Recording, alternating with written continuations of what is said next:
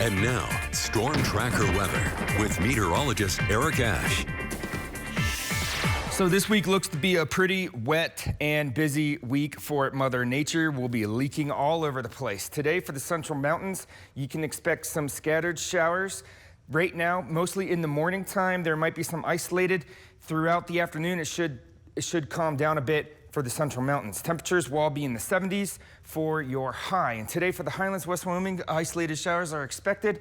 Not too much is expected for you until late into the evening, overnight hours. Temperatures in the 70s, Yellowstone 65 degrees. Tonight for the Snake River Plain, mostly cloudy skies. Temperatures will all be in the 70s and the low 50s, 51 for Pocatello and American Falls. Now the Snake River Plain is expecting some scattered storms and rain showers throughout mostly the afternoon hours. So we'll have a lull period in most rain shower activity in the late morning, and then a lot of things will start to blow up in the afternoon and evening.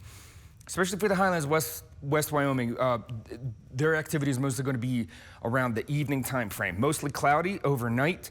After things calm down, temperatures will be in the 30s and the low 40s for the low.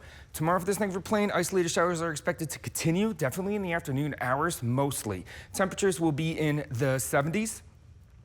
Central Mountains, mostly cloudy skies. Does not look so much as if you will be experiencing most of our thunderstorm activity. That will mostly be centered towards the southeast Highlands and into the Snake River Plain. Temperatures 60s and 70s for the highs. Tomorrow for the Highlands, West Wyoming, widespread storms as that moisture and instability will be affecting your area mostly. Temperatures will be in the 60s and 70 for Driggs. Precipitation amounts could be a quarter inch to a half an inch, mostly in the southeast Highlands, and then becomes a lesser amounts as you move towards the Central Mountains. Pocatello, 7-day forecast. A wet week into the Memorial Day weekend, mostly centering around the afternoon hours since we have that instability and moisture.